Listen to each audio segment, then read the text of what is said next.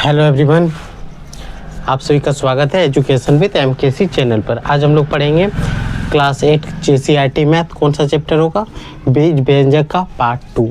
इसमें हम लोग क्वेश्चन नंबर 2 पहले पार्ट 1 में कर चुके हैं। अब हम लोग क्वेश्चन नंबर 3 को शुरू करते हैं। क्वेश्चन नंबर 1 और 2 और बेसिक चीज़ें नहीं जाने हो तो पहले आप उसको देखो। चलिए शुरू करें। तो बहुत सारे स्टूडेंटों को ये दिक्कत होता है समान और असमान पद को पहचानने में, कि कैसे पहचाने कोई पद समान पद है या कोई पद असमान है। ठीक है, असमान पद और समान पद को पहचानने में बहुत ज़्यादा दिक्कत होती है। ठीक है, तो सिंपल याद रखना है आपको क्या, कि कोई भी ऐसा बीज व्यंजक, ठीक है, कोई भी ऐसा बीज व्यंजक, ठीक है, दो एक नहीं लेना, दो लेंगे तभी होगा। कोई भी दो ऐसा बीज व्यंजक जिसके चर पद का गुणनखंड समान हो। सिंपल, चर पद का गुणनखंड समान हो, चर पद का गुणनखंड समान हो, समान हो तो वो क्या होगा? समान पद। और चर पद का गुणनखंड भिन्न हो, पद का गुणनखंड भिन्न हो। गुणनखंड समझते हो? किसी भी चीज को गुना के खंड खंड में बांट देना, उसी को बोलते हैं गुणनखंड, गुना के टर्म में। ठीक है, चर पद का गुणनखंड बराबर नहीं हो, बराबर नहीं हो। अब एक उदाहरण लेते हैं। ठीक है, जैसे हम लोग एक ले लेते हैं 2xy, यहाँ ले लेते हैं 3xy। हमें सिंपल चर पद का देखना है। इस यहाँ पे तो चर पद ये है, यहाँ पे चर पद ये है। इसका गुणनखंड क्या होगा? x into y. इसका गुणनखंड क्या होगा? x into y. दोनों का गुणनखंड मिल रहा है, यानी बोलेंगे ये दोनों जो है वो क्या है? समान पद है। क्या बोलेंगे? तो समान पद है। एक और उदाहरण ले लें। अब कभी आपको ऐसे दिख जाए 2x² y, अब दिख जाए 2xy, क्या ये भी समान पद है? तो हम लोग चर पद ये दिख रहा है हमें। चलो, इसका गुणनखंड क्या होगा? x गुना y। इसका गुणनखंड क्या होगा? x गुना y। क्या दोनों बराबर है? दोनों समान चीज़ है? नहीं। तो बोलेंगे ये समान पद नहीं है, तो ये क्या बन जाएगा? असमान पद। जो समान पद नहीं है वो क्या है? असमान पद। ये समझ में आया? ये दो उदाहरण से आपको क्लियर हो गया होगा कि समान पद क्या हो गया। यानी कि एक्स वाई का जितने भी गुण होते हैं सारे मिलना चाहिए। सॉरी, एक्स वाई का नहीं, चर संख्या। चर संख्या अगर मैच कर जाए, चर संख्या का गुणनखंड मैच कर जाए तो ही क्या होगा? समान पद बनेगा। अगर चर संख्या का गुणनखंड मैच नहीं करता है तो वो नहीं बनेगा। और याद रखना, दो पद में, दो पद, एटलीस्ट दो पद होना चाहिए। सॉरी, दो पद नहीं, दो व्यंजक होनी चाहिए। पद का मतलब तो ये हुआ अगर कभी ऐसा दिखे आपको। ठीक है, तो ये क्या होगा आप बताओ? तो दो पद हो, ये तो एक पद, एक व्यंजक हुआ, एक व्यंजक हुआ ना। अगर हम तुलना किसको करते? समान है। कोई आदमी किसी का जुड़वा रहता तभी तो बोलते कि ये इसका जुड़वा है, यानी इसका समान। कोई और एक टर्म होना चाहिए, यानी दो टर्म का मतलब पद होता है। दो व्यंजक होना चाहिए। क्या होना चाहिए? दो व्यंजक होनी चाहिए। ठीक है, समान और असमान समझ में आया। अब बढ़ते हैं क्वेश्चन नंबर 3 से स्टार्ट करते हैं। एकदम छोटे छोटे पार्ट में हम लोग पूरा चैप्टर को आसानी से कर लेंगे। ठीक है, तो पहला क्वेश्चन आता है, निम्नलिखित में से कौन सा समान पद है? सिंपल समान पद चुनना है। ए नंबर देखो 3x, ठीक है, चुन लो। ए हो गया, बी हो गया -4xy, सी हो गया -5x। अब यहाँ देखो डी बराबर हो गया 3x²y, ई नंबर हो गया 12x, एफ हो गया 8xyz, 8xyz, 6x², एच का मतलब -2x। सिंपल है। अब यहाँ पे देखना हमें किस किस का गुणनखंड मिल रहा है। यहाँ पे देखो -2 गुना x, यानी इसका x है, यहाँ भी x है, यहाँ भी x है, x है। यहाँ देखो x², ये तो मैच नहीं करेगा, ये भी मैच नहीं करेगा। तो सिंपल यहाँ से समान पद चुन के लिख देंगे। कौन कौन सा है समान पद? कौन सा समान पद है? तो 3x पहले ये लिखेंगे। इसमें माइनस प्लस देखना ही नहीं, सिर्फ देखना है चर संख्या। यहाँ भी देखो मिल रहा है, यानी c -5x। ये हो गया। फिर कहीं पे मिल रहा है यहाँ पे 12x, फिर कहीं पे मिल रहा है तो यहाँ पे आप बोलोगे h, माइनस 2x, यानी कि a नंबर और कौन सा होगा c नंबर, उसके बाद e नंबर, उसके बाद h नंबर। ये 4 है। ये 4 क्या है? समान पद है। यही बनाना था आपको, चुन के लिख देना था इसमें कौन सा समान पद है, कौन सा असमान पद है। ये किताब का क्वेश्चन नंबर यहाँ तक दिया हुआ है बुक्स में।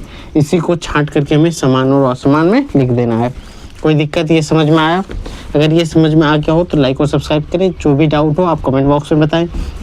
आपका आंसर नेक्स्ट वीडियो में मिल जाएगा, या तो आपको टेलीग्राम पे उसका, जैसे टेलीग्राम पे छोटा सा वीडियो आपके लिए अपलोड किया जाएगा जिसमें आपको पूरी इस तरीके से समझ में आएगा।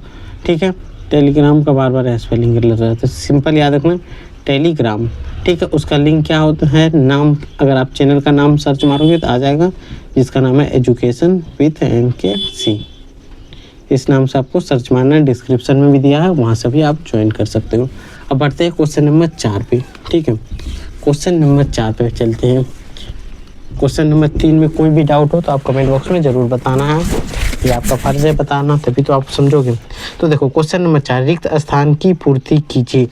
ठीक है, योगफल, ये आपको याद रहना चाहिए। योगफल शब्द आए तो समझ लेना जोड़। ठीक है, अंतर आए तो घटा, भागफल, गुणनफल, गुणनफल आए तो गुणा कर देना। यानी योगफल का मतलब सिंपल क्या होता है कि जब हम दो संख्या को जोड़ते हैं, यानी x और y को जोड़ने के बाद जो वैल्यू आता है उसी को क्या बोलते हैं? योगफल। क्या बोलते हैं? योगफल। अंतरफल एक होता है अंतरफल। ये सारे शब्द क्यों बता रहे हैं? क्योंकि आपको कंफ्यूज हो जाते हो कि अंतरफल दिया हुआ है तो क्या होगा। यानी जब हम लोग 5 में 2 घटाते हैं तो क्या आएगा? 3। इसी 3 को क्या बोलेंगे? अंतरफल। जैसे यहाँ पे ले लो, 5 में अगर 2 जोड़ दे क्या आएगा? 7। इसी 7 को हम लोग बोलते हैं योगफल। यानी जब संख्याओं को जोड़ के जो उसका वैल्यू परिणाम आता है उसी को क्या बोलते हैं? योगफल। संख्या को घटाने के बाद जो परिणाम आता है उसे अंतरफल। संख्या को गुना करने के बाद जो आंसर आ जाए, रिजल्ट आ जाए, वो गुणनफल। संख्या को जब भाग दे दे जो आ जाए उसको बोलते हैं भागफल। सिंपल है। बढ़ते हैं क्वेश्चन नंबर 1 में क्या है? खाली जगह को बारे में। तो पहला क्वेश्चन है ए नंबर, x-3 और 12 + 2x का योगफल। योगफल खाली जगह है तो सिंपल हमें यहाँ योगफल निकालना। अब एक क्वेश्चन आपको पूरा लिख के दिखा दी, अब हमें इसका योग करना है तो सिंपल योग कर देना है। x-3 यहाँ पे हम लोग जोड़ लिख देंगे 12 + 2x। ठीक है, अगर आप ये पूरे को हम लोग जोड़ रहे हैं, सिर्फ 12 को नहीं जोड़ रहे हैं, इसीलिए हम लोग यहाँ पे क्या लिखेंगे? ब्रैकेट।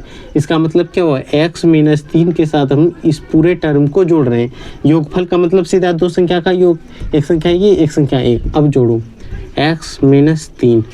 अब देखो यहाँ प्लस है, +12 प्लस ही होता है 2x। सिंपल है।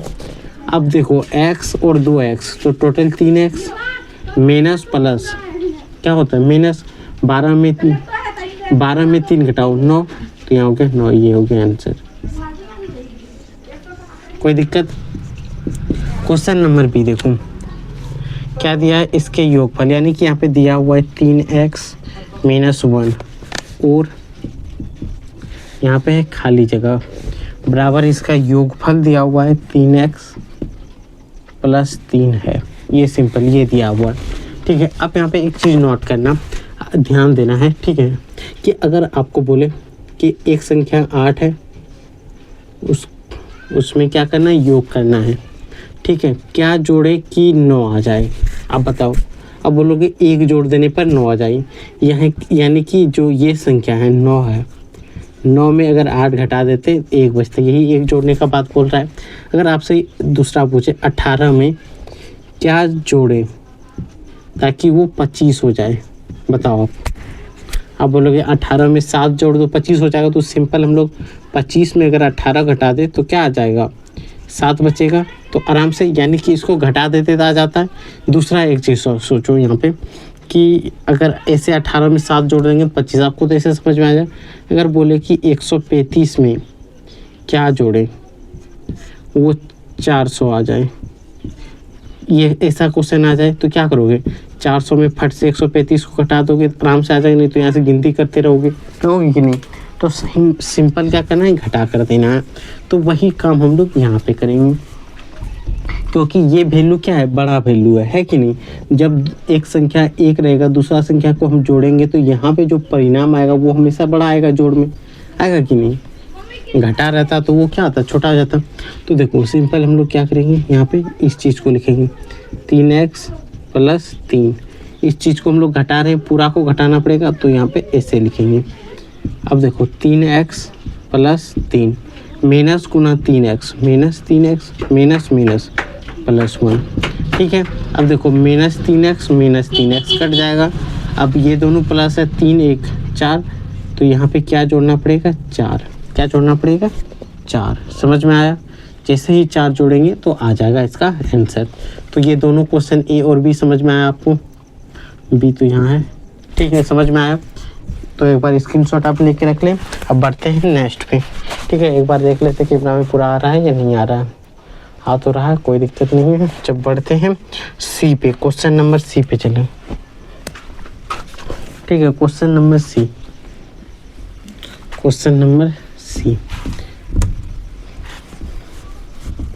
तो देखो क्वेश्चन नंबर सी क्या है, कि x² - 1 और 1 - x² का योगफल। यहाँ पे दिया है योगफल, खाली जगह है। योगफल का मतलब तो आपको पता है कि जोड़ देना दोनों संख्या। तो यहाँ पे लिख सकते हैं x² - 1। इसको क्या लिखेंगे, प्लस पूरा ब्रैकेट में लिखेंगे। जब भी आपको लिखना है पूरा ब्रैकेट में लिखना है, ठीक है। तभी अगर एक लिखोगे तो सिंपल सोचेगा कि एक जुड़ रहा है। जोड़ में एक भी लिख सकते हो, कोई दिक्कत नहीं है। कि जोड़ में ब्रैकेट नहीं भी देंगे तो कोई दिक्कत नहीं, लेकिन घटा में देना ही देना पड़ेगा। इसलिए आप अभी से ही आदत डाल लो कि ब्रैकेट देना है।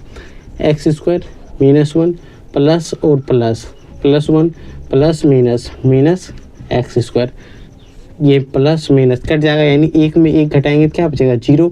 इसीलिए ये कटा रहे हैं कि दोनों सेम, ये माइनस है और प्लस है। प्लस माइनस तो कट जाता है, प्लस माइनस कट गया यानी 0। तो क्या इसका आंसर 0 होगा, बताओ आप। इन दोनों का आंसर 0 होगा, 0 आया है तो 0 ही होगा।